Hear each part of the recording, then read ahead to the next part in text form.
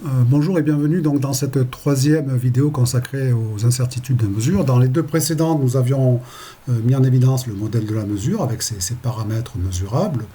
Dans le deuxième, nous avions pris l'exemple de la mesure unique, de type B au sens du Groom. Nous avions vu comment on pouvait faire émerger le concept d'incertitude, un concept qui n'est pas aussi évident qu'il y paraît, notamment avec le rôle central des hypothèses et ce moment délicat de l'inversion bayésienne. Donc je vous propose là maintenant de nous intéresser au cas des mesures multiples, ce qu'on appelle l'incertitude de type A au sens du Groom. On verra que c'est un petit peu artificiel, mais voilà, c'est comme ça. Je reviens un petit peu sur la mesure unique pour rappeler les choses essentielles. Ce que l'on avait dit dans le cas de la mesure unique, c'est que pour estimer à partir d'une mesure unique, il fallait s'appuyer sur des hypothèses. D'accord. Et qu'en l'occurrence, les conclusions, c'était que dans le cas présent, l'incertitude était égale à la dispersion potentielle des mesures. Ça, c'est assez important. Dispersion potentielle des mesures, ça veut dire que les mesures ne nous donnent pas l'écart type. Voilà. Avec une mesure, on avait vu qu'on n'a pas d'écart type, donc il fallait aller la chercher ailleurs. Je n'avais pas terminé en donnant les autres cas de ce qu'on appelle des incertitudes de type B au sens du Groom. Voilà ce que dit le Groom.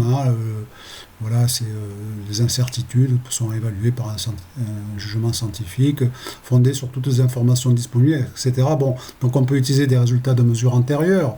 Là, c'est un petit peu l'hypothèse que j'ai donnée avec le collègue qui a fait des mesures antérieures pour connaître la dispersion, l'expérience ou la connaissance générale du comportement. Alors ça, c'est la parole d'expert. Un expert peut vous dire, vous avez mesuré 12,13, je le sens à 10%. Bon, voilà, c'est la parole d'expert aussi, ce que certains appellent le pifomètre. Il y avait eu un article intéressant d'un ancien directeur du BIPM là-dessus, ou du LNE, je ne sais plus, peut-être le LNE. Les spécifications du fabricant, le fabricant peut vous dire avec ce type de mesure l'incertitude vaut tant, parce qu'on l'a évalué par ailleurs. D'accord. Alors, je vous rappelle que l'incertitude ne se mesure pas. Ça, c'est absolument fondamental. Elle s'estime sur des hypothèses, sur des modèles. Les données fournies par des certificats d'étalonnage. Donc c'est écrit sur un papier, on vous vend un étalon avec fait 10 cm, plus ou moins 0,1 mm. Ça c'est une incertitude de type B. Et puis incertitude assignée à des valeurs de référence, littérature, etc. Donc voilà un petit peu ce que peut être une incertitude de type B. De façon générale, à partir du moment où on évalue une incertitude avec des méthodes diverses et variées, et puis ça c'est un labo qui fait ça, on vous l'écrit sur un papier, on vous le donne, ça devient automatiquement une incertitude de type B. D'accord ? Ça vaut pour ce que nous allons voir là maintenant, c'est l'incertitude de type A dans le cas des mesures multiples. Donc voici le cas des mesures multiples, qui est un cas assez important, qui prête parfois à confusion, là encore. Donc deux expériences, on mesure toujours pour un mesurant, donc la valeur a changé. Là bien, on fait 10 mesures, et puis on refait 100 mesures du même mesurant, donc on aura deux estimations. Et donc la question est, c'est la seule chose, alors l'énoncé, c'est globalement, on dispose de n mesures du même mesurant, tout ça c'est aléatoire, on considère là encore qu'il n'y a pas de biais, je n'ai pas écrit mais c'est considéré, d'accord. Et quelle est, à partir de ces valeurs de mesure, c'est les seules informations dont on dispose, plus l'absence de biais, quelle est la meilleure estimation de la valeur vraie. Alors en fait ce problème-là peut se ramener au problème précédent. Parce qu'en fait, chaque mesure est en soi un estimateur possible de la valeur vraie. D'accord ? Donc je peux tout à fait légitimement, dans ce cas-là, dire, moi je vais prendre comme estimation, je vais prendre une valeur au hasard, tiens par exemple celle-là, la 3, d'accord ? Et puis, donc en fait je considère la troisième valeur comme une mesure unique, et de quoi est-ce que j'ai besoin pour qualifier l'incertitude ? La dispersion potentielle des mesures, mais enfin la dispersion ici je l'ai, et c'est l'écart type, puisque maintenant j'ai plusieurs échantillons, j'ai plusieurs valeurs, ça me permet d'estimer, alors c'est une estimation, elle n'est pas terrible mais c'est secondaire, j'ai une estimation de la dispersion qui devient une incertitude légitime de cette estimation-là, d'accord ? Donc disais-je, si vous prenez ici l'écart type des 10 mesures, ça peut tout à fait faire office d'incertitude associée à une mesure unique. Donc on est cohérent avec ce qu'on a dit précédemment. D'accord? Mais, vous pourriez me dire, logiquement, vous devriez me dire, oui, mais quand même, cette valeur-là, si on regarde bien, les valeurs, hein, je conseille toujours aux gens de regarder les valeurs dans les yeux, on aurait pu prendre n'importe quelle valeur, comme j'ai dit, chaque valeur est un estimateur recevable de la valeur vraie, d'accord, avec cette incertitude, ce qui est vrai aussi, là, parce que pour l'instant, il n'y a pas d'erreur en soi, mais est-ce que c'est le meilleur estimateur? C'est toujours la question qu'il faut se poser, est-ce qu'il n'y aurait pas un meilleur estimateur? Si on regarde bien, en fait, je ne l'ai pas vraiment pris par hasard, hein, la mesure 3, c'est la valeur la plus élevée. Si j'avais pris celle-là, c'eût été la même chose, c'est la valeur la plus faible. Et donc, on aurait pu dire, oui, mais enfin, quand même, on ne va pas prendre parmi les 10 les valeurs extrêmes. On sent bien intuitivement que ce ne sont pas les meilleurs estimateurs. Et toujours aussi intuitivement, on sent bien que le meilleur estimateur devrait se trouver à peu près au milieu de ces valeurs-là et peut-être prendre cette valeur-là, sans doute proche de la moyenne. Bref. Inutile de se poser des questions pendant son temps. Il existe un théorème absolument fondamental qui s'appelle le théorème de Gauss-Markov, qui nous dit que dans ce cas précis, alors ce cas précis, ça veut dire que les tirages ici, ce sont bien des réalisations indépendantes d'une même variable aléatoire, et bien le meilleur estimateur du paramètre vrai de mu, c'est la moyenne des valeurs. Hein, donc ici, le meilleur estimateur, théorème de Gauss, c'est la moyenne des valeurs. Voilà, ça c'est quelque chose que l'on comprend bien. Voilà, c'est 15,71, d'accord? Ça ne correspond à aucune valeur que l'on a eue, mais c'est le meilleur estimateur du paramètre vrai. Hein, voilà, Gauss-Markov, ils sont mis à deux pour le démontrer, donc autant l'utiliser. Voilà, donc voilà où on en est pour l'échantillon de taille 10, donc on peut réitérer l'opération pour l'échantillon de taille 100 et venir chercher ici la valeur moyenne.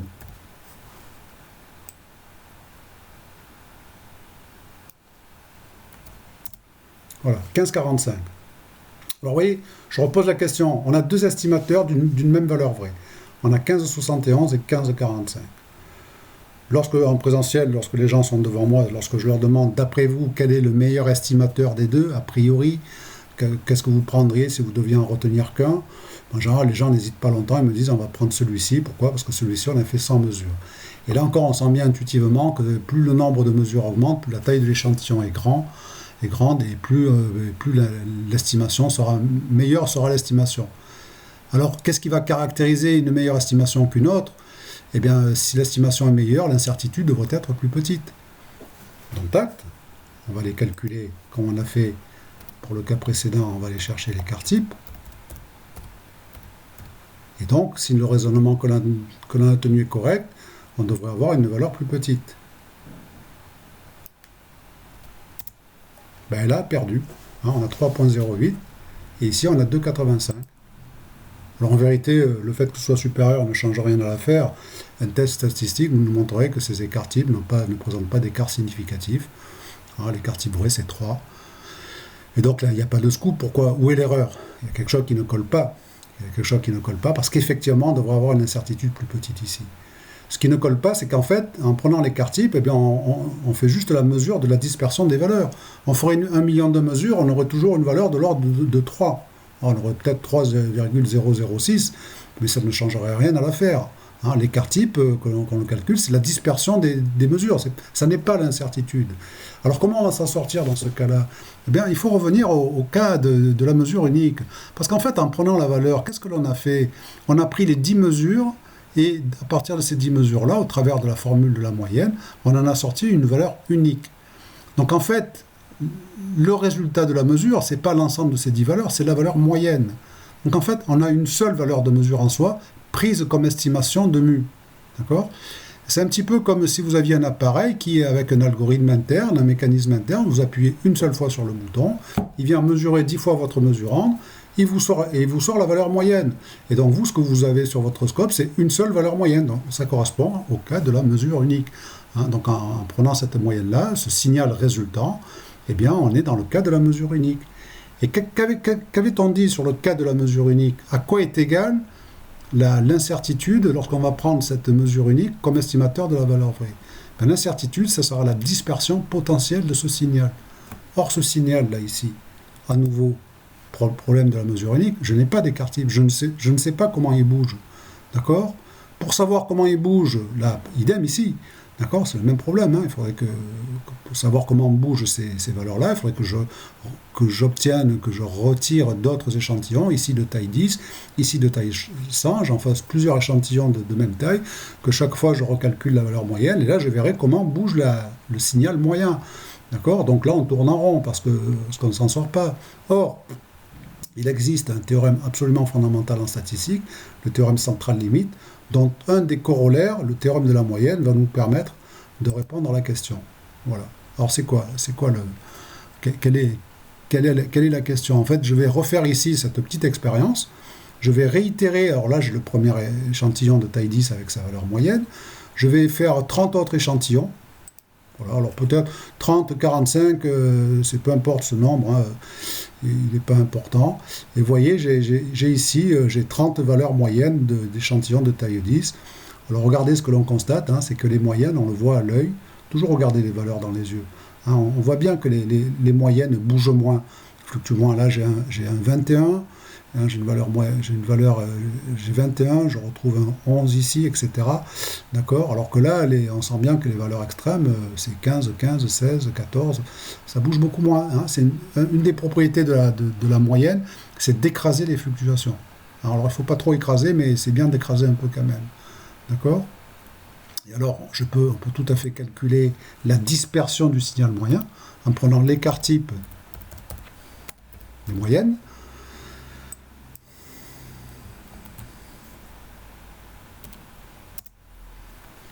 Et on trouve 0,87. D'accord? Or, c'est cette valeur-là que l'on doit avoir comme expression de l'incertitude dans notre cas de mesure multiple. C'est cette valeur-là qu'on devrait avoir ici, au lieu de 2,85, on devrait avoir quelque chose de l'ordre de 0,8. D'accord? Voilà. Alors, là, on l'a eu, parce qu'on a réitéré les échantillons. Mais, comment faire avec un seul échantillon? Eh bien, on applique le théorème central limite. Et le théorème central limite nous dit que la variable aléatoire moyenne construite comme la moyenne de petit n variables aléatoires qui chacune bouge avec un écart type de sigma, eh bien cette variable aléatoire moyenne bouge avec un écart type en sigma sur racine de n. Voilà. Ça se démontre en 3 lignes. Et donc si on calcule ce sigma sur racine de n, voilà, sigma il est là, que divise racine, ici petit n c'est 10, eh bien on obtient 0,95. On voit que les deux valeurs sont proches, alors, elles ne sont pas strictement égales, hein. Là c'est, je dirais, la valeur vraie, là c'est une estimation expérimentale, mais c'est largement suffisant pour notre propos. Et ici en fait on pourra diviser cet écart type, on pourra le diviser par racine de 10. Et donc l'estimation 15,71, son incertitude de type, c'est 0,90. D'accord? Pareil pour l'échantillon de taille 100. Hein, là, on va reproduire des échantillons de taille 100, hein, plus large. Là encore, on va en faire une trentaine. Donc là, on a le premier. Donc c'est parti. Ça prend un petit peu plus de temps qui nous laisse le temps de voir justement, hein, vous voyez le fait, 15, 15, 15, on ne décoince pas du 15, hein, c'est vraiment, on voit bien que là pour l'échantillon de 14, 14, tiens, c'est ça les statistiques, d'accord, hein, elles nous font toujours mentir. Donc on voit bien que la valeur moyenne d'un échantillon de taille 100 bouge vraiment beaucoup moins que les valeurs à l'unité, voire que les moyennes d'un échantillon de taille 10. Et tout ça, bien sûr, ça va se répercuter sur l'écart type.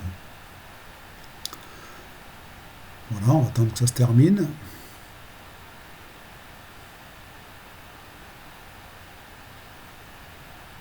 On va pouvoir calculer la dispersion expérimentale des moyennes. Voilà. Hop. On trouve 0,34. Alors là encore, pour avoir ça, c'est l'incertitude que l'on doit avoir avec notre estimation associée à un échantillon de taille 100.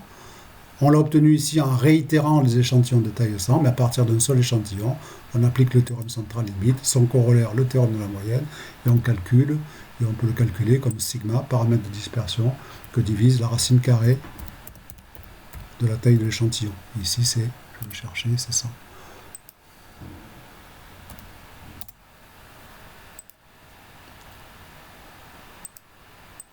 Je n'ai pas pris la bonne valeur. Voilà, c'est 0,3, d'accord? Vous voyez, les deux valeurs sont assez proches, hein, c'est suffisant. Ce qui est important, c'est C'est l'application du théorème central limite qui nous permet d'écrire ici que l'incertitude associée à cet estimateur, ce second estimateur, eh bien c'est bien l'écart type, mais divisé.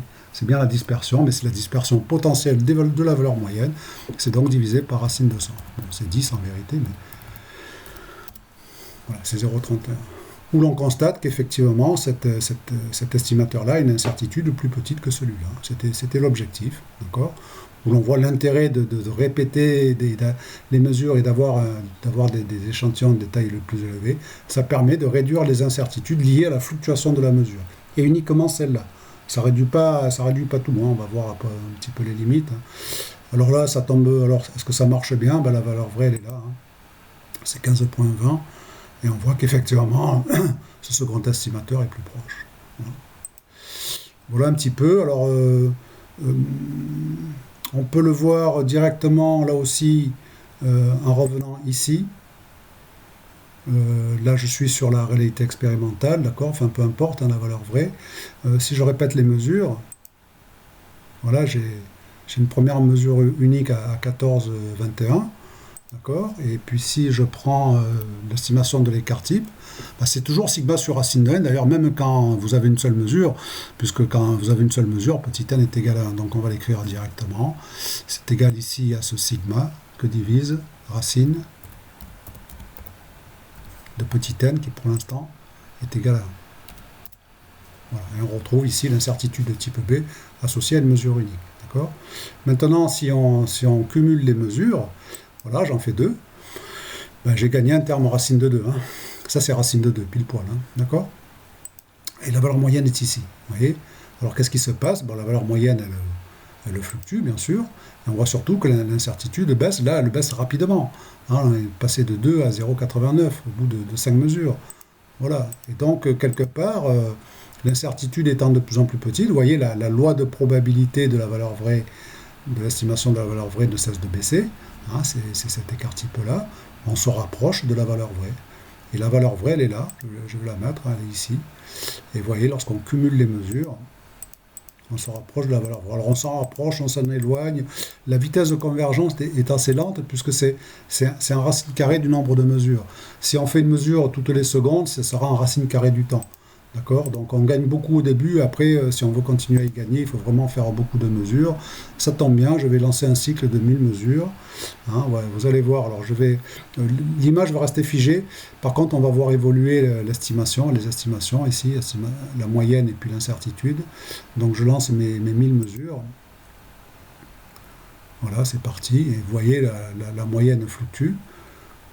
Et puis l'incertitude ne cesse de diminuer. Alors elle fluctue tout en se rapprochant invariablement de la valeur vraie. D'accord. Et on voit l'incertitude qui diminue doucement. On est à 0, plus ou moins 0,13, plus ou moins 0,12. J'aurais pu multiplier par un facteur 2, je ne l'ai pas fait. Voilà, on va laisser comme ça va bien.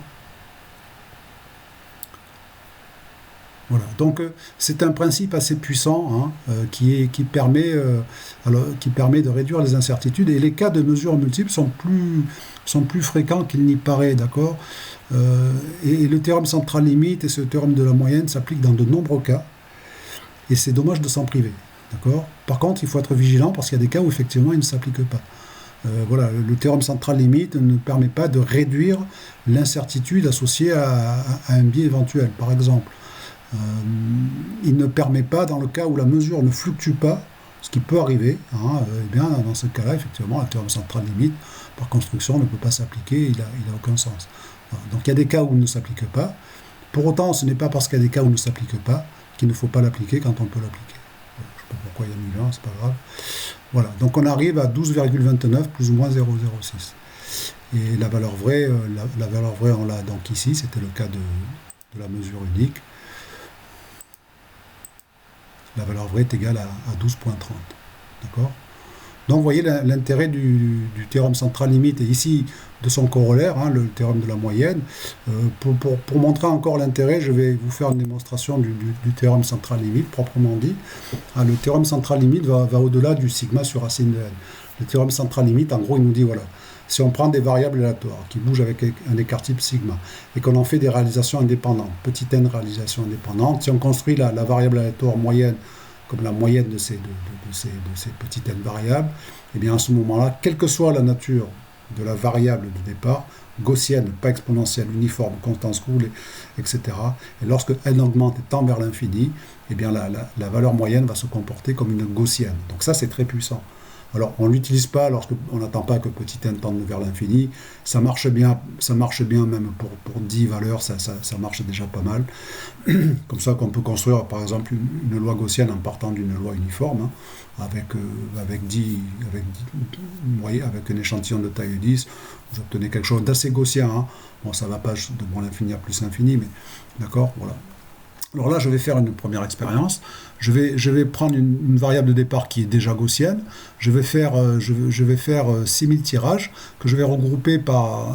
Hein, donc en fait, je vais faire 200 échantillons de taille 30. Hein, ce qui fait au total 6000 tirages. Et tous les 30 valeurs, je vais calculer la valeur moyenne. Et donc, on va afficher ici, en bleu, la variable aléatoire de départ, la gaussienne.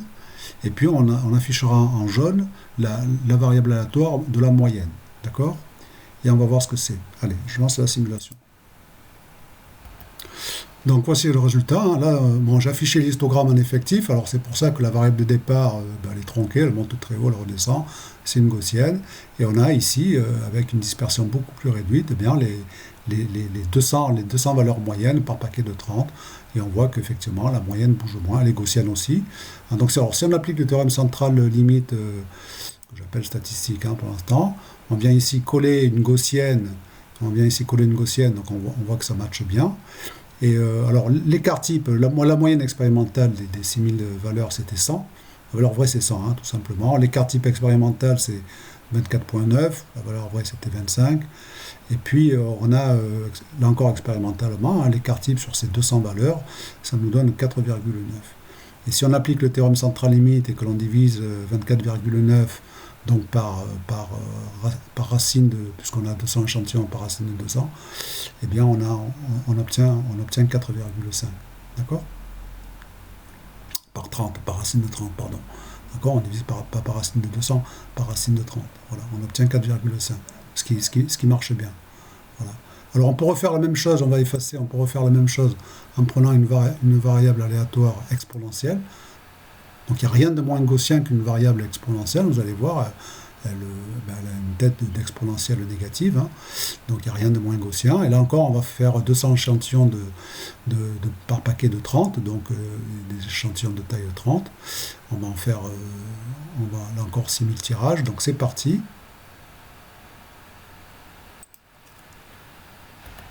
Voilà ce que l'on obtient. Hein. Donc vous avez la variable aléatoire initiale qui se comporte, qui est donc une exponentielle. Hein. Donc voilà, c'est tout sauf gaussien. Et pour autant, vous voyez que les valeurs moyennes se distribuent très bien suivant une gaussienne, qui est un peu plus large ici, parce que alors l'écart type ici, donc la moyenne c'est toujours 100 à peu près, ici 98. L'écart type c'est 99,6, en vérité la valeur vraie c'est 100. C'est une propriété de la variable exponentielle. L'écart type est égal à la valeur moyenne. C'est pour ça qu'en général ça disperse assez violemment. Et si on applique le théorème central, alors ici expérimentalement on a l'écart type des 200 valeurs, c'est 17,2. Et si on divise 99,6 par racine de 30, on obtient 18,2. On voit que ça marche bien. Hein. Donc là, on voit toute la puissance du théorème central limite, hein, qui permet d'abord de converger en général vers des comportements normaux, gaussiens, hein, ce qui permet de construire des intervalles de confiance sur une hypothèse de loi gaussienne. Déjà, ça simplifie un peu la chose. Et ensuite, surtout, lorsque on a affaire à des grandeurs qui fluctuent aléatoirement, de réduire l'incertitude liée à ces fluctuations-là par répétition de la mesure. D'accord? Alors, je vais vous montrer un dernier... j'en profite, je vous montre ici. N'hésitez pas à aller voir le cercle répétiteur de Borda. C'est un outil extraordinaire qui a été mis au point aux alentours de la Révolution, qui a été utilisé pour faire des mesures géodésiques et qui permet d'améliorer la précision, je vais lâcher le mot, la précision de la mesure en répétant des mesures angulaires. Hein. Vous tapez cercle répétiteur de Borda et vous aurez des tutos ou des articles sur cet outil remarquable. D'accord? Une dernière expérience parce que ici, Euh, Comme je vous avais dit, bon, il m'était arrivé lorsque je disais aux gens, mais bon, ben, dans le GOUM, l'incertitude de type E, c'est sigma sur racine de n. Disant cela à des métrologues qui ne divisaient jamais par racine de petit n. Ben, ils me disaient, oui, mais il y a des cas où ça ne marche pas. Donc, puisqu'il y a des cas où ça ne marche pas, on ne l'applique jamais. Bon, j'ai trouvé ça un petit peu limite comme raisonnement. D'accord. Je pense surtout que vous avez mal lu le GOUM. Donc je me suis intéressé à partir de ce moment-là au cas où effectivement le théorème central limite ne s'appliquait pas. Hein. J'ai cherché toujours les cas où on pouvait l'appliquer. L'intérêt c'est de réduire les incertitudes des mesures. Et Dieu sait qu'en mesure nucléaire, bah, ça vaut le coup. On y gagne souvent. C'est le cas en spectrométrie gamma et autres. Hein. Et je me suis intéressé aussi au cas où on ne pouvait pas l'appliquer voilà, froidement. Hein, au risque de sous-estimer l'incertitude. Alors, quelle est l'expérience ici? Je vais rentrer un mesurand qui est égal à 10.12. Ça pourrait être un photon gamma, avec une énergie de 10,12 keV, bon, peu importe. Voilà. Et je reproduis ici un système réel, c'est-à-dire que, en fait, le premier étage du système électronique va générer un bruit électronique, va disperser la valeur vraie. Hein, d'accord. Donc on va retrouver une dispersion classique, ici en gaussienne. Et un second étage numérique va numériser ce signal, et en fait, en le numérisant, ben, il va le tronquer. Hein, il va enlever tout ce qu'il y a derrière la virgule. D'accord. Et ici, donc, cet étage de résolution va tronquer la mesure de façon assez massive, par paquet avec un pas de 1. C'est-à-dire que, par exemple, toutes les valeurs qui seront analogiquement comprises entre 9,5 et 10,5, elles vont sortir exactement à 10. On aura un 10, on aura tout le temps des 10. Donc ici, on va faire 3000 mesures. On aura des 8, des 9, des 10, etc. Hein, donc des valeurs réellement tronquées. Et est-ce qu'on va retrouver, quelle sera l'incertitude associée au signal moyen. Hein. Donc, je vais lancer le signal. C'est parti, start. Donc voici le résultat, on a deux valeurs à 8, 315 valeurs 9, 2006 valeurs à 10, etc., 665 et 12, hein, un histographe qui est vraiment avec ce qu'on peut appeler de la résolution de mesure, hein, qui est réellement tronquée ici. Afficher les valeurs, normalement, sont vraiment tronquées par macro, hein, il n'y a rien derrière la virgule, des 10, des 11, des 9, etc. Et pour autant, lorsqu'on fait la moyenne de toutes ces valeurs, regardez la valeur que l'on retrouve. 10,123 pour 10,12. Alors la troisième décimale est sans doute un petit peu de trop ici. On peut l'enlever. Il faut rester... Bon, peu importe. Hein. Voilà, je vais enlever une petite décimale, je n'avais pas vu. Voilà. Bon, on retrouve 10.12. Alors est-ce que c'est un hasard? Est-ce que c'est un hasard? Eh bien, si je refais une mesure, alors je peux refaire une mesure par exemple à 10 puissance 21. D'accord. Je relance la mesure. Hein, j'efface. Voilà, et je relance. Donc voilà le résultat pour cette seconde expérience. Hein, j'ai rentré une valeur vraie de 10.21, et malgré cette troncature assez violente, hein, par pas de 1, je retrouve un 10.20. Donc effectivement, c'est pas un hasard. Et si on calcule l'incertitude, eh bien on retrouve, c'est du type E. On peut appliquer le théorème central limite. On retrouve une incertitude de 0,01. C'est-à-dire on a une incertitude de l'ordre du centième, alors que les valeurs sont dispersées avec une dispersion de 0,5 et qui sont tronquées d'une unité. Ce qui est quand même assez violent comme traitement. Hein, voilà, donc ça marche bien. Hein, alors, ça, c'est ce qu'on retrouve en spectrométrie gamma, et ça, c'est la précision du centroïde. Hein. Ça, c'est la valeur du centroïde, et ça, c'est peut-être la précision du centroïde. Donc, on peut avoir des troncatures de l'ordre de 1 keV et avoir des précisions sur le centroïde, c'est-à-dire sur la mesure en énergie de l'ordre du centième de keV. Hein. Donc, c'est quand même intéressant de le savoir. Alors, par contre, on pourrait penser améliorer le système en disant, on va baisser la dispersion analogique. Là, on va faire un système qui disperse beaucoup moins. Et si on garde la même résolution, vous voyez la catastrophe arriver. Hein, donc, je vais lancer la mesure, c'est parti. Donc voilà le résultat, hein. Donc on a 3000 valeurs à 10, donc la moyenne c'est 10. On pourrait en faire 1 million, on aurait toujours la même valeur moyenne. On a perdu la précision derrière la virgule, hein, par troncature, hein, en pensant améliorer le système. Alors on peut là exprimer une incertitude, hein. L'incertitude elle est liée à la résolution de la mesure. Hein, donc voilà, alors suivant que vous preniez, vous dites ma valeur vraie se situe de façon aléatoire, à n'importe quel point avec une loi de probabilité constante, vous aurez vous aurez une incertitude de 0,28, hein, c'est du type B. Là encore, j'aurais pu enlever la troisième décimale. Ou alors vous dites, bah, j'ai plus de chances d'être au centre, hein, d'avoir une loi de probabilité triangulaire. Voilà. Et là, vous gagnez un petit peu, mais on est loin du centième que l'on avait précédemment. Alors dans ce cas de figure, ici, lorsque la dispersion n'est pas assez élevée, parce que hein, si on ne peut pas appliquer le théorème central limite, c'est qu'on n'a pas d'écart type, il n'y a pas de fluctuation. In fine, la machine vous sort toujours la même valeur. D'accord. Eh bien, on peut rajouter à ce signal-là, c'est ce qu'on appelle une technique de dithering. Dither, en anglais, c'est sucrer les fraises. Hein.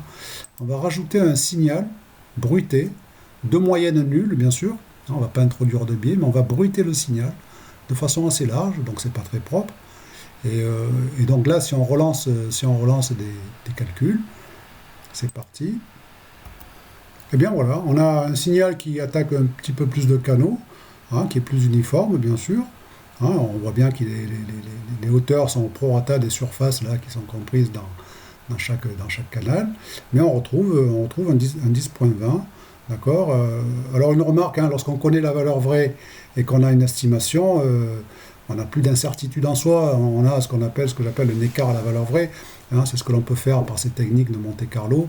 Hein, c'est un des intérêts des techniques de Monte-Carlo, c'est qu'on maîtrise les valeurs vraies, chose que l'on ne maîtrise pas dans l'expérimental. Et là, si on peut appliquer le théorème central limite, et alors on n'est pas en loi normale, mais en loi constante, c'est un peu plus large.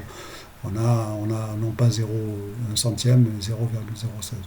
Et vous voyez qu'on peut à nouveau appliquer dans ce cas-là le théorème central limite, et qu'il vaut mieux parfois avoir un signal qui fluctue qu'un signal qui ne fluctue pas assez, parce que là, s'il ne fluctue pas assez, avec les résolutions inévitables, vous allez introduire des biais irréductibles, et vous allez dégrader les valeurs moyennes.